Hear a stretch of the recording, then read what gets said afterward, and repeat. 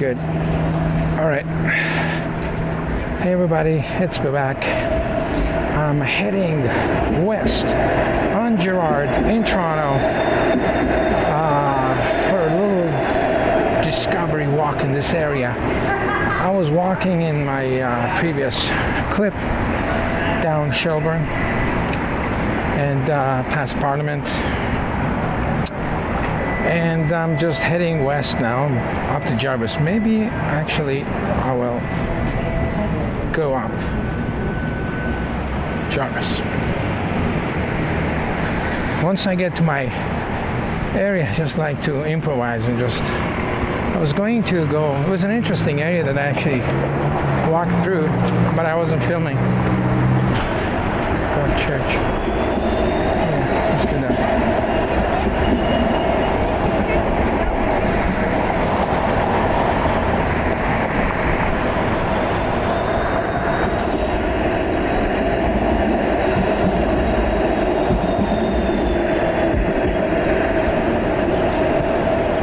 So, church, going that way, up on the...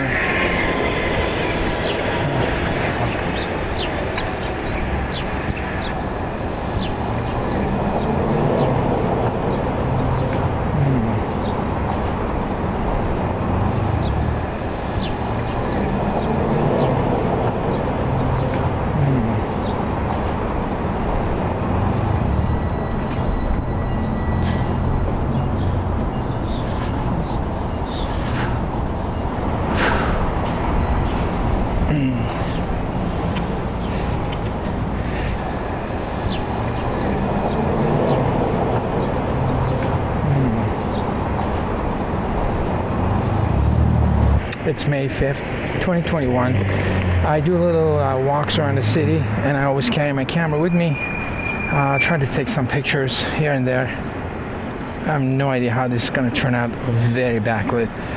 And I will post the pictures inside the video and at the end.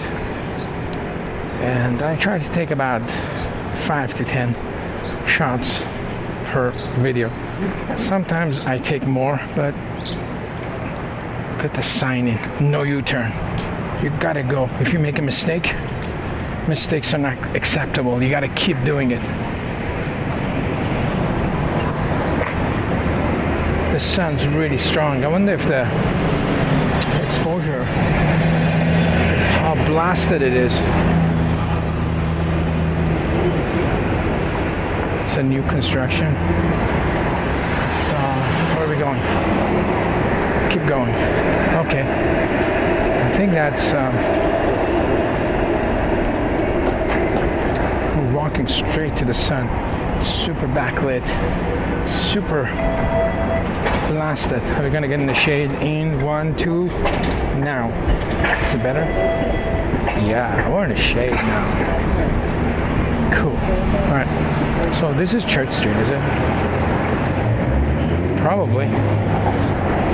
Looks like it. I'm thinking. It is. Let's head north.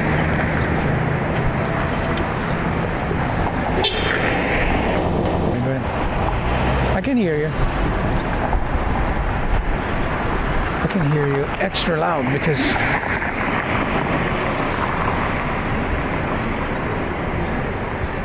okay. This is my right of way to walk on the sidewalk, and my headphones are actually enhancing because I'm monitoring, so I'm actually enhancing the sound of traffic, and I was only in one ear, so the other ear is open, and it's called, this is a perfect cognitive dissonance. You know, she makes a mistake, she doesn't see me, I'm walking the sidewalk, you know, she doesn't want me to start screaming at her. And she says, oh, you're wearing headphones. Yes, ma'am, I'm wearing headphones, I'm walking, it's my right of way, I see you, and my headphones are amplifying your sound of your car. It's like a hearing aid, everything is so loud. That's why I only keep on one ear, because otherwise you hear everything, people talking and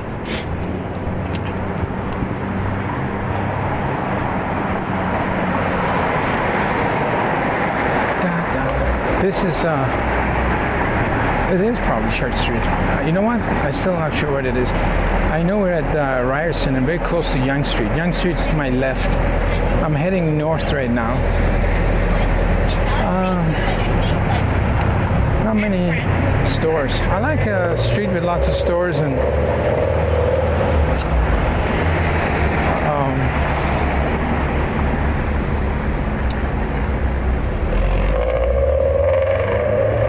older houses, you know. Then this is Ryerson Polytechnic. It used to be called a Polytechnic and now it's a university. Yeah, you know. Gould Street. Yeah, the Yonge Street is right over there. God, the lighting's got to be terrible. It's got to be like super harsh contrast and blasted. Look at this. We're blasted in the sun. Beautiful. But I tell you, okay, we're getting a lot of vitamin D from the sun. It's a vitamin D day. You know, it's a D day. That's what you call it, a D day. When you get lots of vitamin D. It's a D day. All right. How boring of a ride is going to be. How dark are we? And we're dark.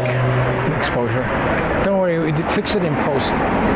I'll fix it in post. Don't worry. I have the camera set on manual exposure, so I have to fix the exposure myself because I don't like it when it does it on its own. It just brightens everything up all the time and darkens on its own random thing. Kind of gets irritating, so I just keep everything on manual and I fix it in post. All right, that was a great walk today. Very relaxing, interesting neighborhoods. When a neighborhood you've never been to, you slow down your walk and you look. You know, you try not to stand around too long, block the sidewalk. You spend more time looking around. But when you get to an area that you walk daily, it's a different feeling. You can go faster and you can avoid things that you've seen before. So everything has an advantage and disadvantage. Yeah. So these guys are going fast. Going faster than me and holding hands too. They can't wait to get home. That's why. You have to make a reason for everything. You have to make artistic reason for everything you see. Otherwise, nothing makes sense, right? All right. So we are at Gerrard Street. I'm gonna make a right here. I've done a video going up this area to Carlton, and this is Gerrard. I thought I was on Gerrard. Well, I guess not. I gotta check on the map. I got old houses and those new condos behind it. It kind of has a good angle for a shot. Starts small and goes big. It's almost like it's designed like that. It's a perfect shot. I always call myself a lost tourist because half the time I don't know what street I'm on. In any city that I go to. I remember in New York I used to walk, and as soon as I got to a traffic light I'd turn right or left so I wouldn't have to wait for the lights. That Church Street barbershop,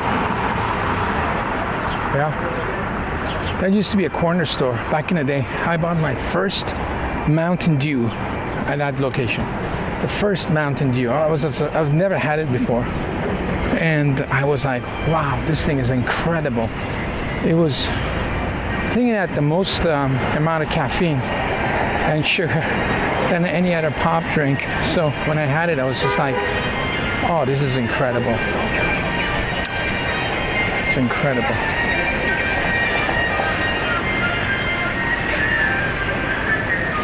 Look back.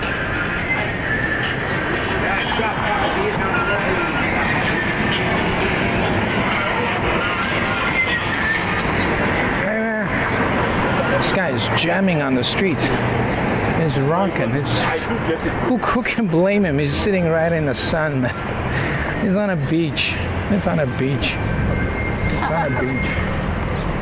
All right, let's go. That building has a mural on it. I did a walk here, this section. couple of videos back, it wasn't as sunny, as exciting as it is today. We got a runner, 1 o'clock. She decided to get in perfect shape while she's been under lockdown. A lot of people are getting in good shape, walking and being all excited, eating right, and doing the right things, whatever that may be. I don't know how that turns out with this kind of terrible lighting. It's a cool area. How's the exposure? We're still good? Good. We're gonna fix it in post. You guys have fixed in post? Yeah, pretty good. I'll turn around here, check out this action. I like that little lonely building on his own. I was gonna get that bike guy in the shot, but he was too fast for me. No, I could only get his head. At no point you just... This is that yellow building to the center of the camera right now, I guess. That used to be Maple Leaf Gardens. This is the Maple Leaf Gardens hockey team. People are big on hockey. I said in my previous walk here, I made a left here on my previous walk. I'm going to make it right here. This place in the 80s used to be all the concerts. Van Halen used to come here, the AC/DCs and the Bon Jovis. All the hot 80s band played here. So did hockey people. And then they sold it. Now it's Loblaws, which is a superstore selling food. And I think the hockey team is gone somewhere else. Toronto Maple Leafs has been around for a long time. You know, they won a game, I think in 1964 or something. Their last winning was 1964. Shouldn't be laughing. We're in Toronto. We're gonna get killed. I'm not a huge hockey or any kind of sports fan. Football, basketball, I'm not a fan of any of those group sports. So I don't follow any of it. All I know is that that used to be the center of hockey in Canada and rock concerts. Hockey and Van Halen. That's what they, you know. So back in the day when you walked on the street on the night of the concert, everybody's trying to sell you a ticket. Ticket. The scalpers were out in full force selling you scalped out tickets. Which is, you know, if your favorite band comes in town and you're saving money and you don't see every band and you don't go to the concert and drink a lot of money, save money on booze and stuff, you could buy good tickets from scalpers and you still are ahead, okay? Because if you're going to see every random concert, no. But if you're only going to see a favorite band and you're not going to buy a ton of food, junk food and beer at the venue, if you put all those money together, you can do a scalper ticket and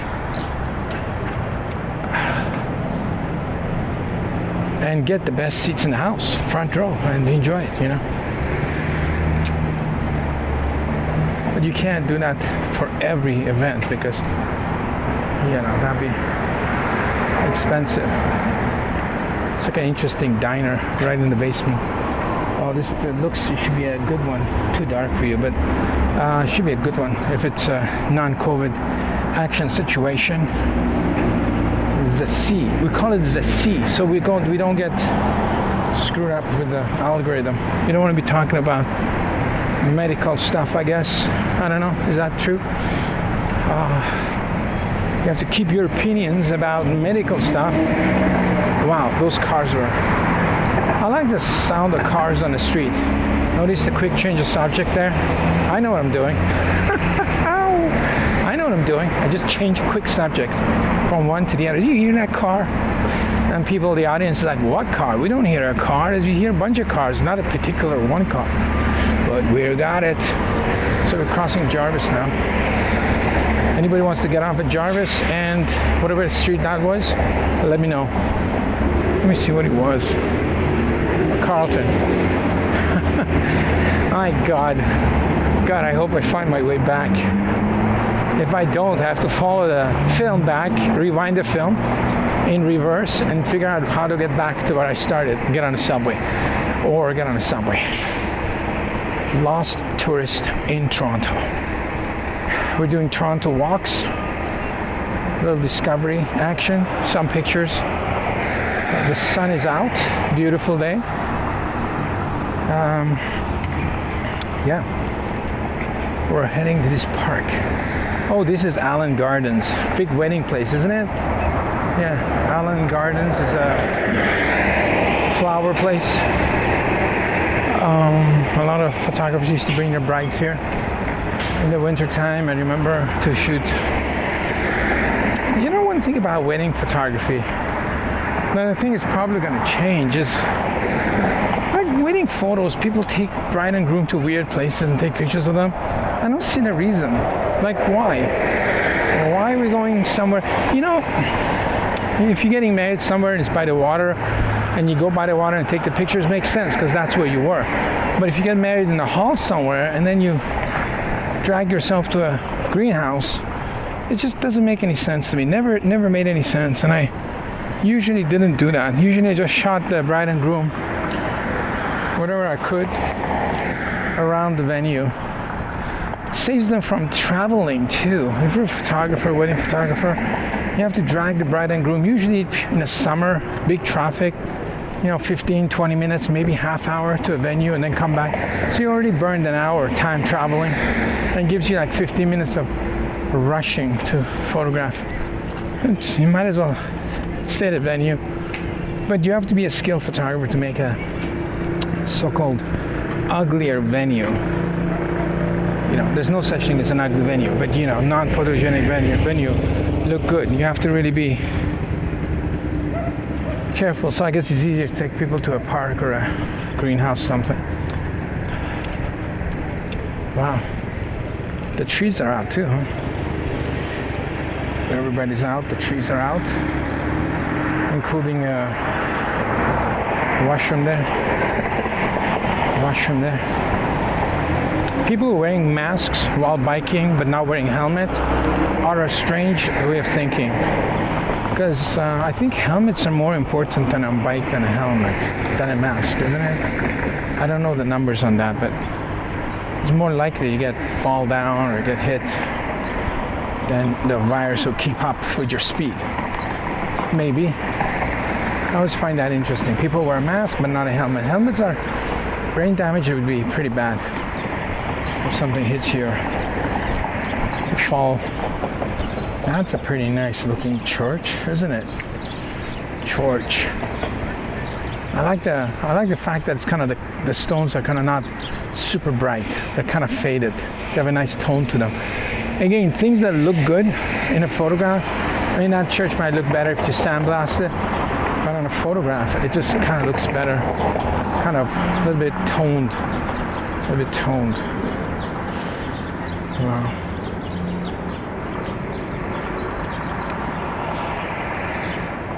Go. Electric motorcycle. Very cool.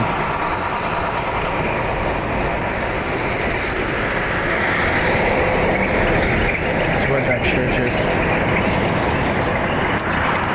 Got some Korean writing on it too. That's a nice section over there. Maybe take a photo of it. How's the exposure?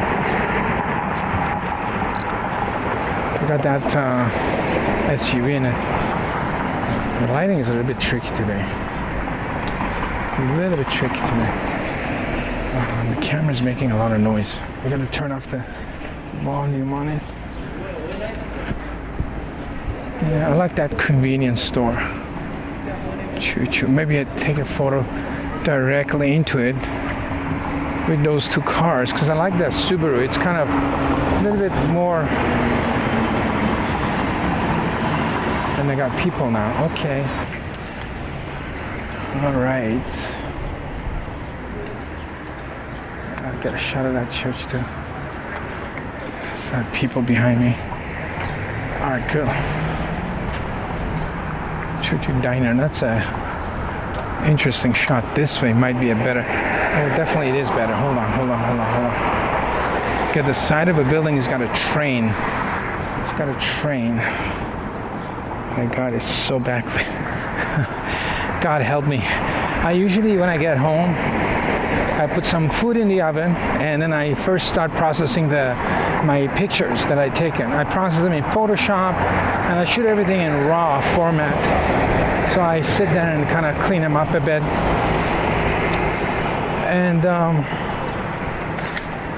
and then I put them together, and then I start doing the video. So if the pictures are really they need a lot of work in terms of processing, then usually takes me a long time. I always give my photographs a little bit of a tone to them, different tone. I think color is a artistic tool, so I use the color in the photographs to, be a part of the story. Sometimes there are a lot of blue tones. I like the blue tones. A lot of unnatural, I say. I put this stuff more into a fantasy world of a painting with light and stuff. That's what I'm trying to do. That's why the pictures don't exactly match the video, and the video I also color correct depending on how I feel. Sometimes they're warmer, sometimes they're cooler, but I like to put a little bit of my own personal touch into the photos and the video. A bit of a